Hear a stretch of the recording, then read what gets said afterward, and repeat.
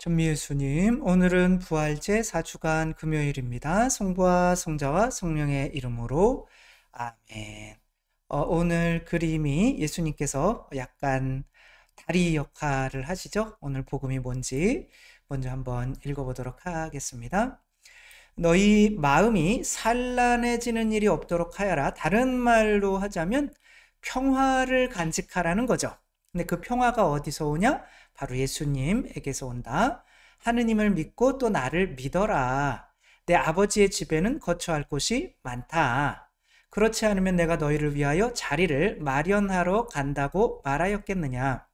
최후의 만찬상에서 예수님께서 자꾸 당신이 이제 아버지께 떠나신다고 하는 말씀을 하시니까 제자들이 불안한 거죠. 근데 사실은 내가 가는 것이 너희에게 평화를 주기 위한 거다. 너희들 자리 마련하러 가는 거야. 이렇게 말씀을 하는 거죠.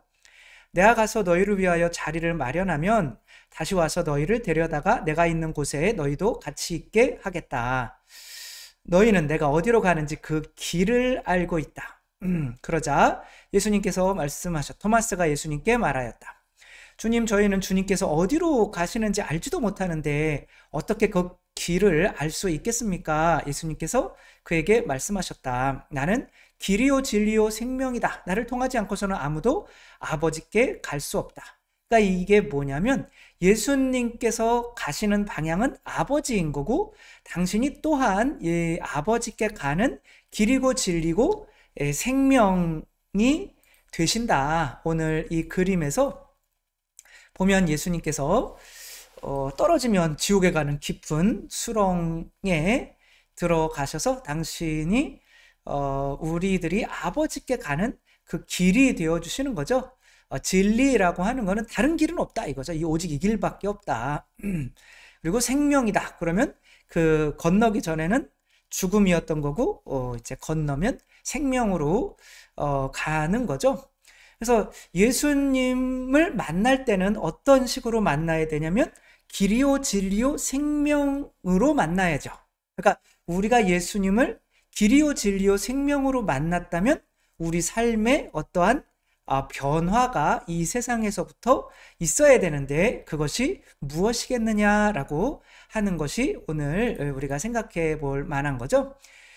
이 아이는 동생들을 맨날 때려요. 막 게임 하다가 특별히 이제 게임 자기 거가 죽으면 열받는 거죠. 그러니까 동생들을 괴롭히는 거예요. 근데 이제 심하게 때리니까 문제가 되는 거죠. 그러니까 이 아이는 아직 길이요 진리요 생명을 만나지를 못한 거예요.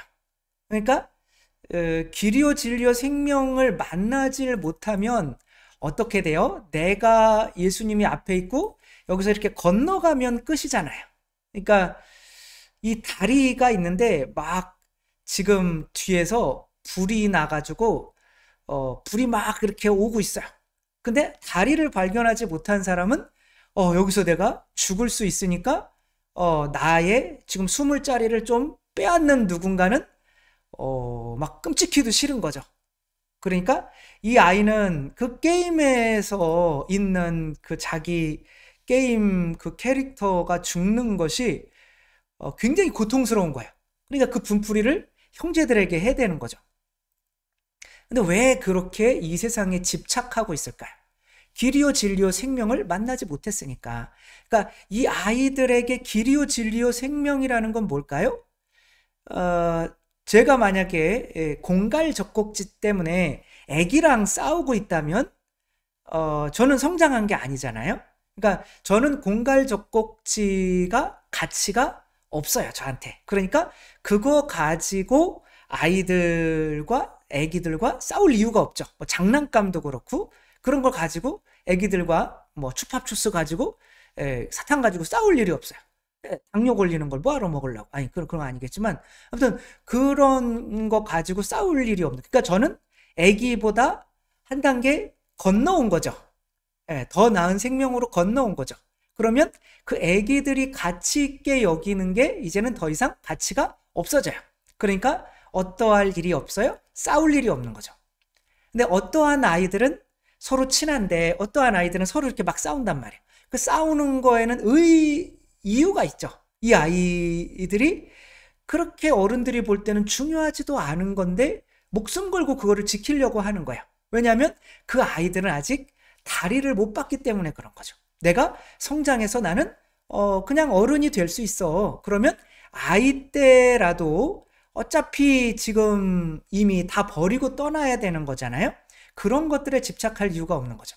그러니까 여기에서 길이요 진리요 생명이 되어 주어야 되는 사람들은 누굴까요? 아이들에게? 그건 바로 엄마 아빠인 거죠.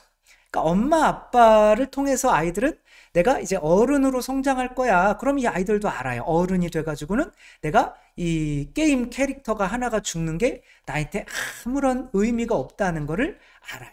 근데 이 아이들은 거기를 건너갈 수 있는 자신이 없는 거예요. 왜? 부모님들이 계속 서로 싸우고 그러니까 이 아이들이 이렇게 얘기해요. 그렇게 살려면 차라리 이혼을 해라. 아이들이 부모한테.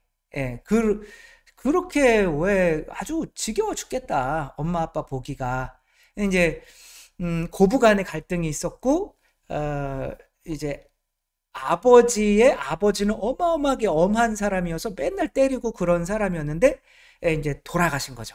근데 이제 자기에게는 어머니밖에 없는 거예요. 그러니까 어머니가 완전히 그런데 결혼을 해봤더니 이 고부 갈등이 너무 심한 거예요. 그러니까 이 며느리가 나는 어머니랑 같이 살려면 같이 살지 않겠다. 그러면 이제 헤어져 버린 거죠. 그러니까 남편은 아기들이 있으니까 어머니보다 그 아내를 택한 거고, 그러니까 그 어머니가 또 돌아가신 거죠. 그러니까 그 어머니가 돌아가신 것에 대한 책임은 뭐 그런 얘기도 있잖아요. 여자는 또 결혼 또 찾으면 되지만 엄마는 다른 엄마를 찾을 수가 없다. 이게 이제 또 남자들이 또 어머니에 대한 또 그런 게 있는 거잖아요. 그러니까 그렇게 되니까 이제 원망이 되고 하니까 이제 서로 싸움만 하게 되는 거죠. 그러니까 부모님들이 다리인데 그게 안전하지가 못해요. 내가 부모님을 통해서 어른으로 성장을 당연히 할 거라고 믿어야 그 평화가 오는데 그렇지 않으니까 내가 마음이 불안한 거죠. 그러니까 내가 지금은 이 아이들은 어른이 될 수 있는 안전한 다리가 없는 거예요. 그러니까 불안하니까 이 세상에서 내가 중요하게 여길 필요가 없는 것들을 가장 너무 중요하게 여기니까 그거를 빼앗겼을 때 그 분노를 이 형제들에게 참아낼 수가 없는 거죠. 그러니까 부모님들이 튼튼한 다리가 되어주지 못하면 이 자녀들은 서로 싸울 수밖에 없는 거죠. 자기가 집착하는 것들이 이제 잃는 것이 또 너무 두려우니까. 그러니까 예수님께서는 아버지, 영원한 생명으로 우리를 이끌어 주시는 길이요, 진리요, 생명인 거죠. 특별히 예수님께서 부활하셔서 평화를 빈다. 너희들도 이 세상에서 집착해서 살 존재들이 아니라 하늘나라에서 살 수 있는 존재다. 이렇게 알려주시는 거죠. 부활하셔서 야 우리도 그럼 죽으면 부활할 수 있어? 그러면 목숨도 아깝지 않은 거죠. 그래서 내 목숨까지 빼앗는 사람도 미워질 일이 없어요. 오히려 나를 하늘나라에서 순교자가 되게 하는 고마운 사람들이 되는 거죠. 그러니까 예수님을 길이요 진리요 생명으로 만난 사람들은 이 세상 것에 집착하지 않기 때문에 누가 여러분 똥 훔쳐갔다고 해서 승질나요? 근데 내가 돈이 똥으로 보이지 않으니까 문제인 거죠. 근데 어차피 돈은 이 세상 하늘나라 가는데 아무 쓸모가 없잖아요. 그 두고 갈 거잖아요. 근데 그거를 누가 훔쳐갔다고 해서 그러니까 이제 예수님이 아버지께로 가는 길이요 진리요 생명으로 만나야 되는 거죠. 그러니까 저도 뭐 중학생 때 저희 어떤 담임 선생님이었는데 저희 가정을 왔다 갔다 하고 나서는 뭐 저희 형한테도 그러고 저한테도 그러고 니네 집 찢어질 듯이 가난한데 그러니까 저는 뭐 들어가고 싶은 고등학교가 있었는데 이제 더 낮은 고등학교로 이제 3년 그 새로 생긴 고등학교 3년 장학생으로 들어가라는. 나는 뭐 장학생 뭐 필요 없다. 그냥 원하는 고등학교에 가겠다. 니네 집 찢어지게 가난한데 뭐 그러면서 이제 집을 이렇게 부모님까지도 약간 그런 식으로 이야기를 하는 거죠. 근데 그렇게 말하는 이제 인격적인 모독을 아이들 앞에서 하는 선생님이 좋아 보일 리가 없잖아요. 근데 뭐 그 선생님을 지금 만난다고 해서 내가 똑같이 이렇게 미워한다면 나는 아직도 거기에서 여기까지 건너오질 못한 거죠. 뭐 지금도 뭐 사제가 뭐 부자 돈이 많아봐야 얼마나 많겠어요. 그런데 저는 좀 이제 있어요.